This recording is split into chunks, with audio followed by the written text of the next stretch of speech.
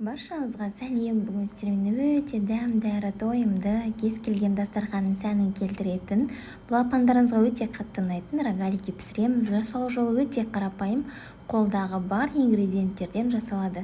Міндетті түрде жасап көріңіздер. Ең алға жұмыртқамыз бен қантымызды жақсылап араластырып алатын боламыз. Кейін бөлме температурасына майымызды қосамыз. Майымыз міндетті түрде 60%-дан жоғары болған дұрыс. Және менің каналыма тіркеліп қойыңыздар, сол кезде ең алғаш видеоларды көретін боласыздар.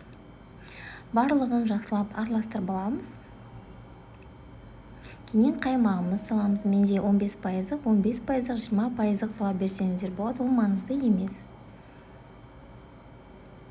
Және бір қасықтай болатын қопсытқыш саламыз.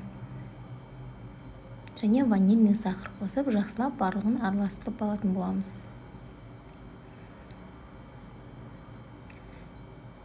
Кейін еліктен өткізілген ұнымызды біртіндеп сала отыра, өте жұмсақ болатын песочный қамыр дайындап алатын боламыз.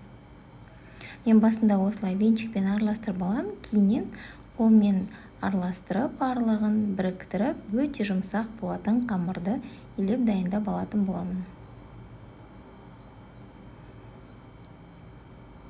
Асықпай барлығын біртіндеп қоса отыра жұмсақ қылып билеп аламыз. Және тынығуға 15 минутқа тоңазытқышқа салып қоятын боламыз.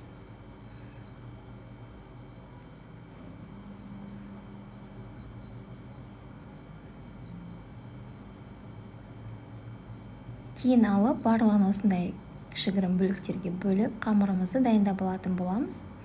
Және де оқтауымызбен жақсылап жайып, осылай кесіп алатын боламыз, арнайы кескішпен. Менде салмасына творог, сіздер воронец сгущенка салсаңыздар да болады, ол маңызды емес. Осылай жақсылап ашылып кетпейтіндей етіп, жақсылап орайтын боламыз. Бетіне жұмыртқаның сарысын жақпаймыз. Және де қызып тұрған духовкада 160 градуста 28-30 минуттай пісіріп алатын боламыз. Өте дәмді болып шығады. Ең бастысы үйде жасалған. Міндетті түрде жасап көріңіздер, сіздерге ұнайтынына сенімдімін. Және де сіздерге ұнап жатса, менің каналыма тіркеліп кетіңіздер. Ас болсын.